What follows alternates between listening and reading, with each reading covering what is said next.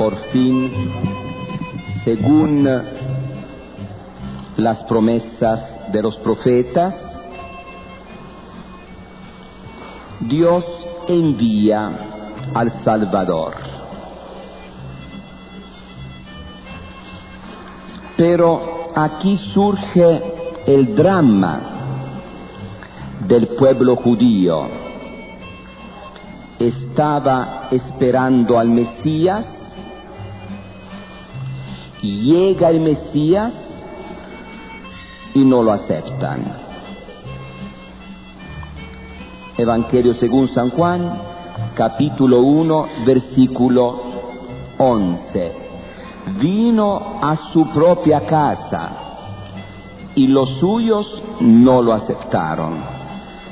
Un drama, no decimos una tragedia, porque el drama tiene una solución positiva. La tragedia es pagana, no tiene solución positiva. Aquí es un drama. El pueblo de Israel espera al Mesías, espera al Salvador. Llega, no lo acepta. ¿Por qué? Porque el pueblo de Israel está esperando a un Mesías tipo Moisés. Un Mesías que vaya a liberar al pueblo de Israel antes que nada de la opresión de los romanos. Un Mesías de tipo político-militar. Así que cuando llega Jesús, cuando ven la actuación de Jesús, dicen, pero este no sirve, no puede ser. ¿Recordarán ustedes, después de la multiplicación de los panes, en Juan capítulo 6, versículo 15, el pueblo lo quiere nombrar rey? Todos piensan que Jesús va a solucionar los problemas del pueblo, la comida. Jesús hace milagros, da de comer a todos. Y Jesús huye. Después también, al final, recordarán ustedes, cuando Jesús entra triunfalmente en Jerusalén, todo el pueblo lo aclama rey. Bendito el que viene en nombre del Señor, Hosanna al Hijo de David. Precisamente el pueblo vislumbra en Jesús al Mesías. Este es, que de una vez se proclame rey para poder atacar a los romanos y sacarlos a patada. Recordando los prodigios que Dios había hecho en Egipto, Dios podía otra vez repetir estas maravillas, estos prodigios. ¿Y qué pasa? Que Jesús se escabulle. Los mismos apóstoles siguieron a Jesús con la misma idea, convencidos de que Jesús era el Mesías. Pero decían, bueno, si ahora no se proclama rey, se va a proclamar después.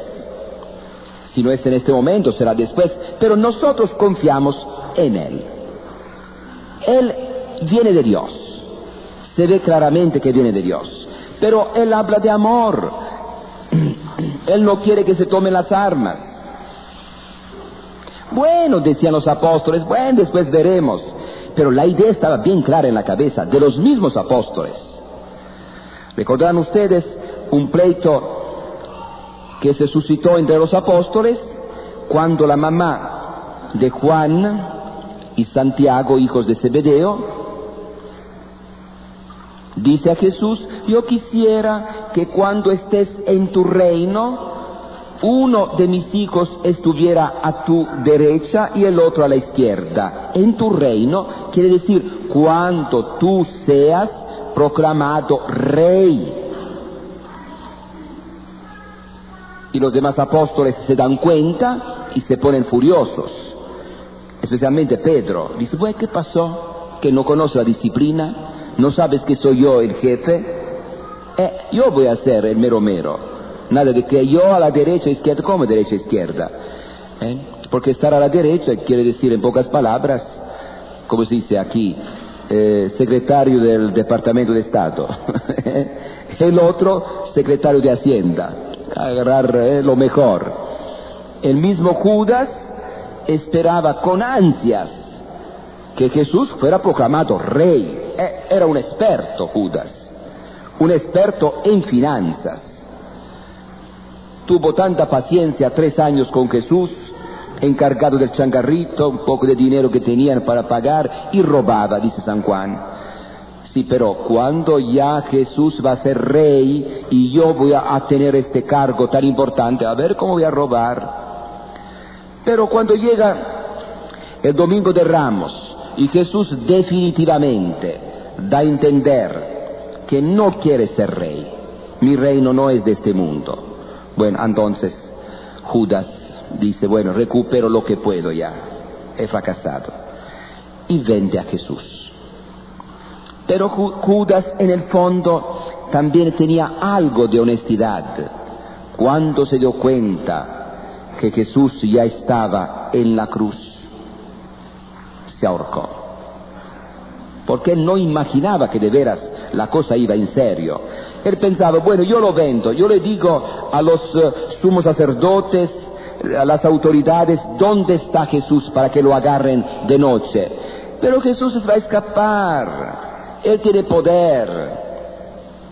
Pero después se da cuenta, no, Jesús no escapa, lo agarran, lo condenan a muerte y ya está.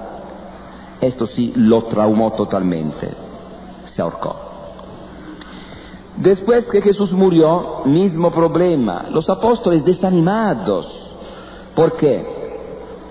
Porque dicen, bueno, entonces fue todo un fracaso. Si este iba a ser rey, ¿cómo va a ser rey? Resucita Jesús, Jesús sube al cielo y la última pregunta que le hacen, Hechos de los Apóstoles, capítulo 1, versículo 6. Ya llegó la hora de restablecer el reino de Israel, siempre lo mismo. Esta idea la tienen bien metida en la cabeza.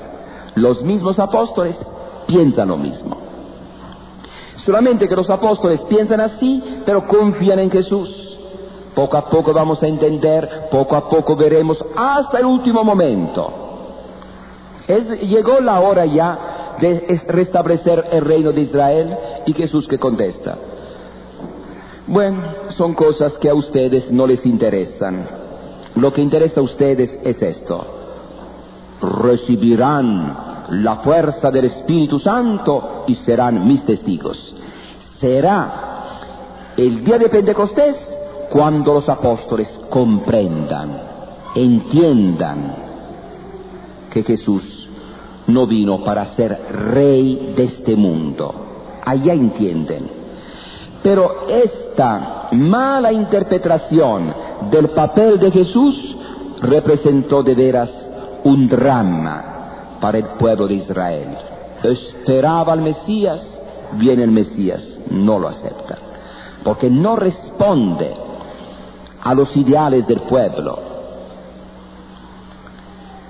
Pero al mismo tiempo hay algunos que lo aceptan así como es. María, aquellos pastores, los reyes magos.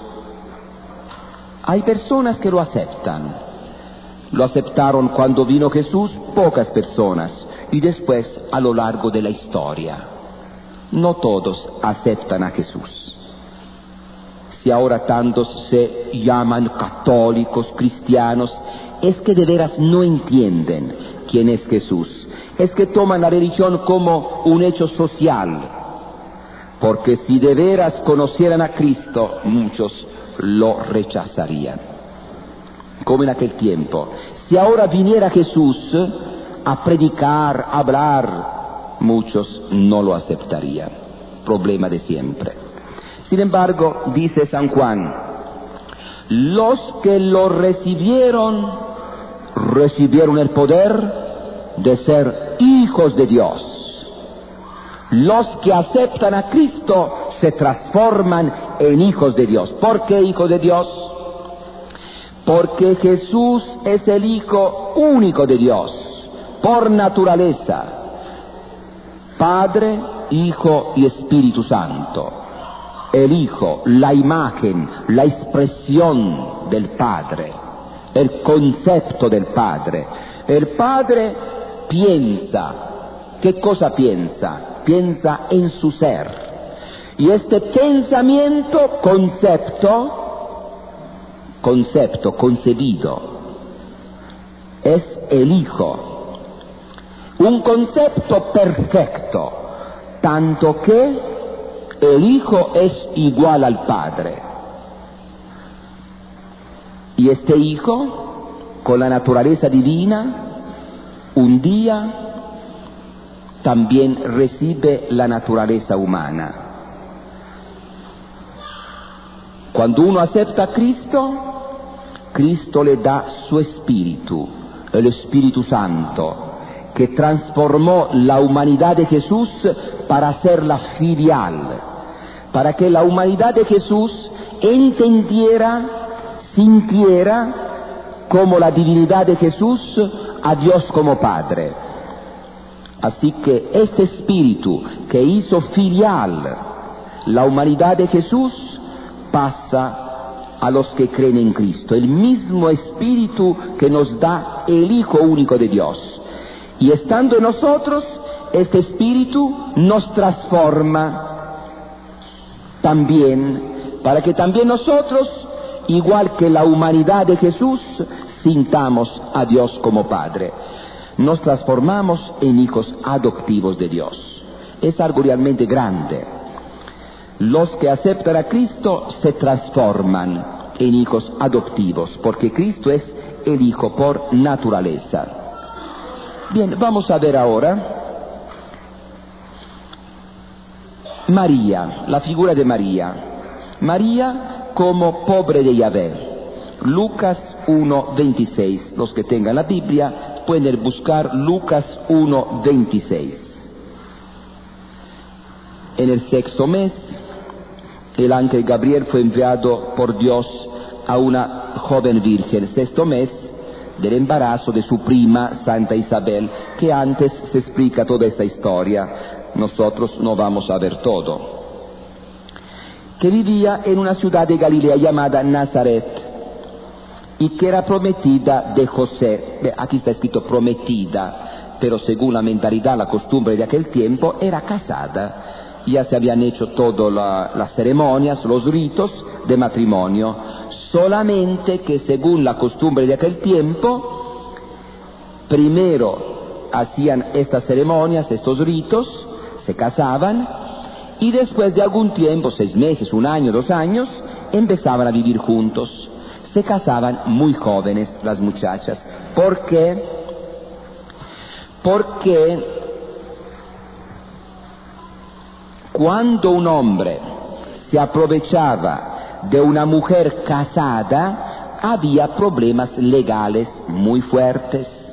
Mientras si un hombre se aprovechaba de una muchacha no casada, no había tantos problemas. Y entonces los papás aseguraban las muchachas casándolas jóvenes. Claro, no vivían juntos, pero ya los demás tenían respeto, especialmente porque había una situación de ocupación militar. Los romanos tenían ocupada la región, así que los soldados fácilmente podían aprovecharse de las muchachas no casadas. Pero si un soldado romano se aprovechaba de una persona casada, una mujer casada, eran problemas tremendos, por la ley romana. Entonces hay que estar con mucho cuidado a no meterse con mujeres casadas, ni los soldados romanos, que eran los soldados de ocupación. Y por esta razón se casaban muy jóvenes. María, ¿qué edad tendría? Posiblemente 12 años, 13 años. Era prometida de José, de la familia de David. Entonces, posiblemente María y José, los dos, eran descendientes de David, del famoso rey David. solamente que eran parientes lejanos, pero de la misma raza, de la misma tribu, de la misma familia, descendientes del rey David. Y el nombre de la Virgen era María. Entró el ángel a su presencia y le dijo: alégrate, llena de gracia. Llena, ¿qué quiere decir gracia? Belleza. Llena del amor de Dios, de los dones de Dios, de los regalos de Dios. El Señor está contigo. María quedó muy conmovida por lo que veía y se preguntaba qué quería decir ese saludo. Imagínense, una muchacha está sola cuando oyen a alguien que le habla en la misma casa. Oh, ¿qué pasó? Pero el ángel le dijo: no temas. Siempre cuando Dios interviene, el hombre tiene cierto temor, pero la respuesta de Dios: no temas, María, porque has encontrado el favor de Dios. Vas a quedar embarazada y darás a luz a un hijo, al que pondrás el nombre de Jesús. Dios salva. Será grande y con razón lo llamarán Hijo del Altísimo. Dios le dará el trono de David, su antepasado. Gobernará por siempre al pueblo de Jacob y su reinado no terminará jamás. Aquí se está realizando la profecía de Natán. ¿Recuerdan ustedes? Natán a David, segundo libro de Samuel, capítulo 7, versículo 16, lo que hemos visto en estos días. María entonces dijo al ángel: ¿cómo podré ser madre si no tengo relación con ningún hombre?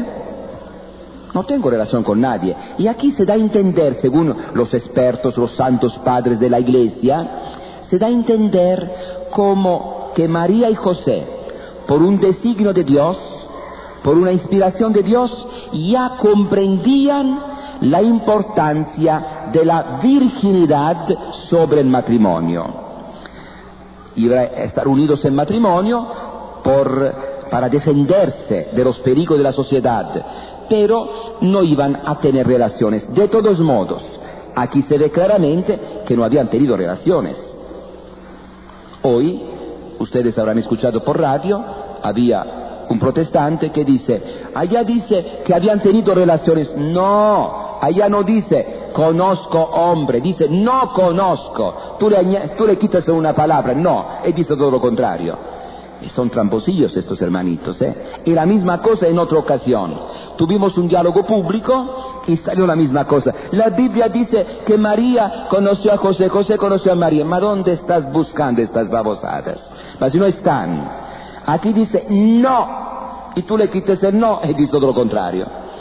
No conozco hombre, quiere decir no he tenido relación con hombre. Contestó el ángel: el Espíritu Santo descenderá sobre ti y el poder del Altísimo te cubrirá con su sombra. Por eso tu hijo será santo y con razón lo llamarán Hijo de Dios. Ahí tienes a tu parienta Isabel. En su vejez ha quedado esperando un hijo. Y la que no podía tener familia se encuentra ya en el 6º mes del embarazo. Para Dios nada es imposible. Todo se hará con el poder de Dios. Dijo María: yo soy la servidora del Señor, hágase en mí lo que has dicho. Qué interesante. María no dijo: quiero garantías. ¿Te comprometes a poner algo por escrito? A ver, primero vamos a consultar a don José, a ver qué dice él, porque si acaso resultaba María embarazada así nomás, no podía decir: fíjese mi querido Josecito, que fue por obra del Espíritu Santo. A ver, dime dónde vive este Espíritu Santo, dime quién es, y arreglo yo con este Espíritu Santo. ¿Quién va a creer Espíritu Santo? Lo que en realidad sucedió. Que cuando José se dio cuenta que su esposa estaba embarazada, empezaron los problemas. ¿Qué pasó? Imagínense también ustedes las burlas de los amigos. José, un hombre muy honesto, muy santo, que ahora resulta que ya su novia ya está embarazada. ¿Qué pasó? Entonces, don José, bandido, te adelantaste, José, abusado tú. abusado. Y si él hubiera dicho, no fui yo, peor todavía. Pero dice, entonces, ¿qué pasó? Y tú como bobo, mirando, ¿qué estás mirando? Y no intervienes, no haces algo. Y realmente fue un problema. Esto fue un problema para don José. Vamos a ver Mateo 1:18. Aquí vemos que realmente el problema era serio, no era para jugar. El nacimiento de Jesucristo fue así. Su madre María estaba comprometida con José, pero antes de que vivieran juntos quedó esperando por obra del Espíritu Santo.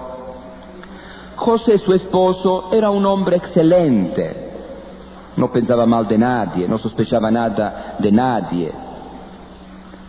Y no queriendo desacreditarla, imagínense ustedes, la hubiera llevado frente a los tribunales, la hubiera sencillamente mandado a volar, como se dice. Eran problemas serios. Entonces, él no quería problemas, pero no sabía qué hacer. Es un hecho, está embarazada. Que iba a soñar que fue Espíritu Santo, ¿qué cosa iba a soñar? Aquí hubo problemas. Y ella no me dijo nada. Yo aquí no sé nada que sucedió. Así que, no queriendo desacreditarla, pensó firmarle en secreto un acta de divorcio. Según la ley de aquel tiempo, el hombre, él mismo, hacía un acta, firmaba, estás libre, puedes ir con quien quieras. Punto, ya, se acabó. Estaba pensando en esto cuando el ángel del Señor se le apareció en sueños y le dijo, José, descendiente de David, no temas llevar a tu casa a María, tu esposa, porque la criatura que espera es obra del Espíritu Santo. Ahora sí, Dios se manifiesta a José, resuelve el problema y dará a luz un hijo, a que pondrás el nombre de Jesús, pondrás. Él será el jefe de la familia, él tendrá la autoridad, porque él salvará a su pueblo de sus pecados. Dios salva. Todo esto ha pasado para que se cumpliera lo que había dicho el Señor por boca del profeta Isaías. Sepan que una virgen concebirá y dará a luz un hijo, y los hombres lo llamarán Emmanuel, que significa Dios con nosotros. El mismo nombre quiere decir la característica de este niño. Con esto, al despertarse, José hizo lo que el ángel del Señor le había ordenado y recibió en su casa a su esposa. Empezaron a vivir bajo el mismo techo. Versículo 25 es el versículo que mencionan las sectas. Y sin que tuvieran relaciones, dio a luz un hijo, a que José puso el nombre de Jesús. Pero ellos naturalmente le dan otra interpretación. Dice, y no hubo relación entre los dos hasta que nació Jesús. Porque realmente en latín es donec, hasta que. Pero este hasta que, ¿qué quiere decir? Que Jesús nació por obra del Espíritu Santo. Ellos dicen, bueno, dice hasta que nació Jesús, quiere decir que después hubo relaciones. No. Aquí el tema no es la virginidad de María, el tema es el nacimiento de Jesús. Entonces, hasta que nació Jesús, no hubo relaciones. Jesús nació por obra del Espíritu Santo. Esto es lo que dice. Bien, esta es la mentalidad de las sectas, andar buscando alguna frase, algo para ver dónde atacan. Vamos a ver ahora el nacimiento de Jesús, Lucas capítulo 2. Naturalmente, esta parte de la Biblia ustedes la habrán escuchado muchas veces. Bien, antes del nacimiento de Jesús, vamos a ver la visita de María a su prima Isabel. Aquí vemos capítulo 1 de Lucas, versículo 39. Aquí vemos a María como la primera misionera. Tiene a Jesús dentro de su seno y rápido se mueve para llevar a Jesús. Y la presencia de Jesús se manifiesta. Vamos a ver. Lucas 1:39. Por esos días María partió apresuradamente a una ciudad ubicada en los cerros de Judá. Entró a la casa de Zacarías y saludó a Isabel. Al oír Isabel su saludo, el niño dio saltos en su vientre. ¿Visto? La presencia de Jesús se manifiesta. Cuando decimos dar testimonio, es un testimonio que se nota. Isabel se llenó del Espíritu Santo y exclamó en alta voz: bendita eres entre todas las mujeres y bendito el fruto de tu vientre. También Isabel entiende lo que ha pasado a María. ¿Cómo he merecido yo que venga a mí la madre de mi Señor? La madre de mi Señor, venga a verme. Apenas llegó tu saludo a mis oídos, el niño saltó de alegría en mis entrañas. Y aquí viene una frase importantísima, un versículo que hay que recordar de memoria. Dichosa tú por haber creído que de cualquier manera se cumplirán las promesas del Señor. Dichosa tú porque has creído en lo que Dios te ha dicho, que se va a cumplir. También nosotros, si creyéramos en las promesas que encontramos en la Biblia, las promesas del Señor, nuestra vida no sería la misma. María dijo entonces: celebra todo mi ser la grandeza del Señor, y mi espíritu se alegra en el Dios que me salva, porque quiso mirar la condición humilde de su esclava. En adelante todos los hombres dirán que soy feliz. Ma interesante, esta es Biblia. Y casualmente, solamente nosotros católicos consideramos a María feliz. La proclamamos feliz. Y estos que se consideran estudiantes de la Biblia, expertos de la Biblia, que andan siempre con la Biblia en los labios, desprecian a María. Qué cosa tremenda. María tan grande y esos hermanos odio, desprecio. Una señal que tenemos para decir que estos hermanos andan muy mal, andan fuera del camino. Capítulo 2. Jesús nace en Belén. En esos días el emperador dictó una ley que ordenaba hacer un censo en todo el imperio. Un censo para saber cuánta gente había en el imperio. Este primer censo se hizo cuando Quirino era gobernador de la Siria. Todos iban a inscribirse a sus respectivas ciudades. Cada quien iba a inscribirse a la ciudad de donde venían sus antepasados. Así que José y María, descendientes del rey David, tenían que ir a Belén, donde había nacido David, hijo de Jesé. También José, como era descendiente de David, salió de la ciudad de Nazaret de Galilea y subió a Judea, a la ciudad de David, llamada Belén, para inscribirse con María, su esposa, que estaba embarazada. Seguramente era un tiempo de frío, más que de frío, tiempo de invierno, porque era el tiempo en que el Imperio Romano acostumbraba a hacer estos trabajos, ya que había poco trabajo. Mes de noviembre, diciembre, enero, febrero, estos eran los meses cuando se hacían este tipo de actividad, porque la gente podía desplazarse, no había mucho trabajo. Cuando estaban en Belén, le llegó el día en que debía tener su hijo, y dio a luz a su primogénito, primer nacido. El primero que nace se llama primogénito. Y las sectas, visto primogénito, entonces tuvo otros hijos. No, porque el primer hijo que nacía tenía que ser rescatado, tenía que hacerse algunos ritos poco tiempo después. Primogénito igual primer nacido. Lo envolvió en pañales y lo acostó en una pesebrera, porque no había lugar para ellos en la sala común. Naturalmente porque eran pobres, posiblemente, según los estudiosos, había un cometa especial, había muchos estudiosos en aquella región y por eso no había lugar. Además, sabemos, esta es la vida de siempre, la historia de siempre. Para los pobres no hay lugar.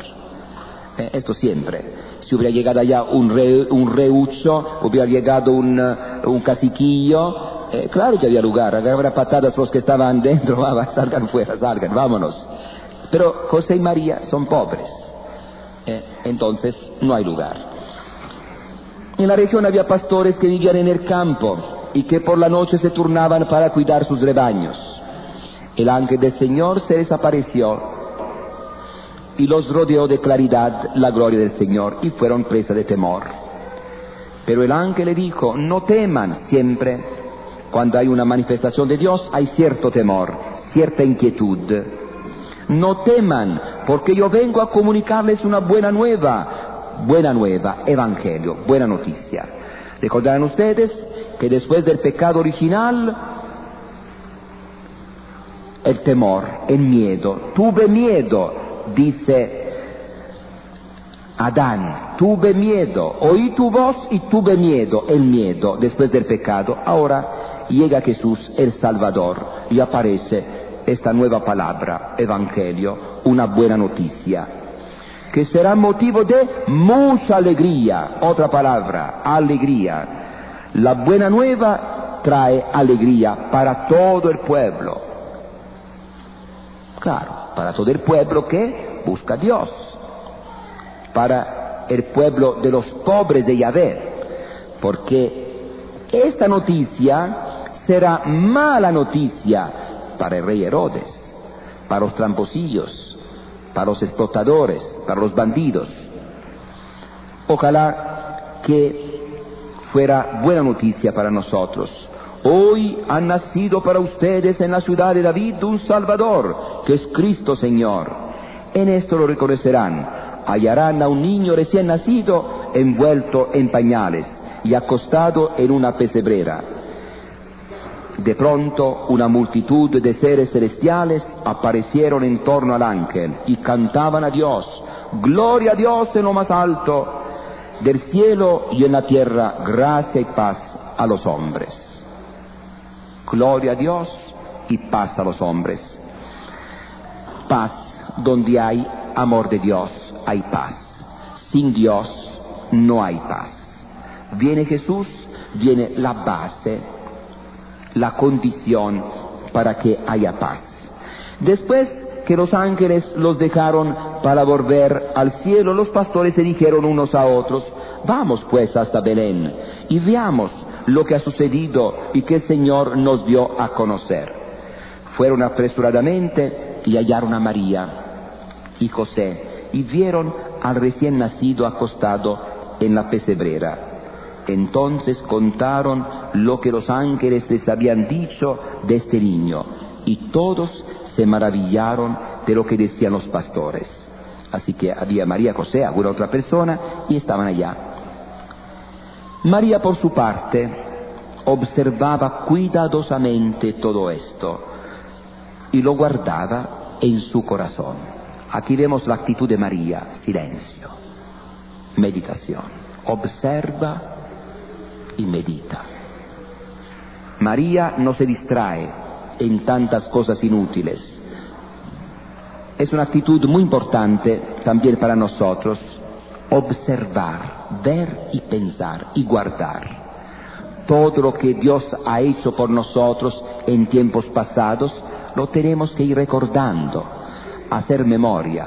Todo lo que Dios ha hecho por nuestro pueblo, por nuestra tierra, tenemos que ir recordando. No tener la actitud de las sectas, fanatismo, donde se rechaza todo, como si todo fuera pecado, todo fuera malo.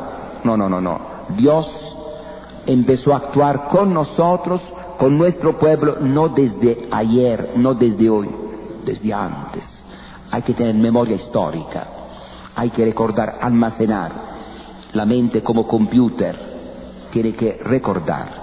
Después los pastores se fueron glorificando y alabando a Dios, porque todo lo que habían visto y oído era tal como se lo habían anunciado. Y después, versículo 21, al octavo día circuncidaron al niño según la ley. Esto no se hacía en el templo, en la casa se hacía. Una pequeña operación al órgano reproductivo masculino.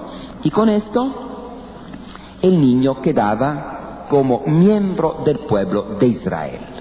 Entraba a formar parte del pueblo de Israel. Y le pusieron el nombre de Jesús, nombre que había indicado el ángel antes de que su madre quedara embarazada. Versículo 22. Asimismo, cuando llegó el día en que, de acuerdo a la ley de Moisés, debían cumplirse el rito de la purificación de la madre, durante algún tiempo la madre tenía que estar aislada en la casa y después ya hacían ciertos ritos de purificación según la ley antigua, la ley de Moisés. Así que Jesús vivió la ley de Moisés, la ley del Antiguo Testamento.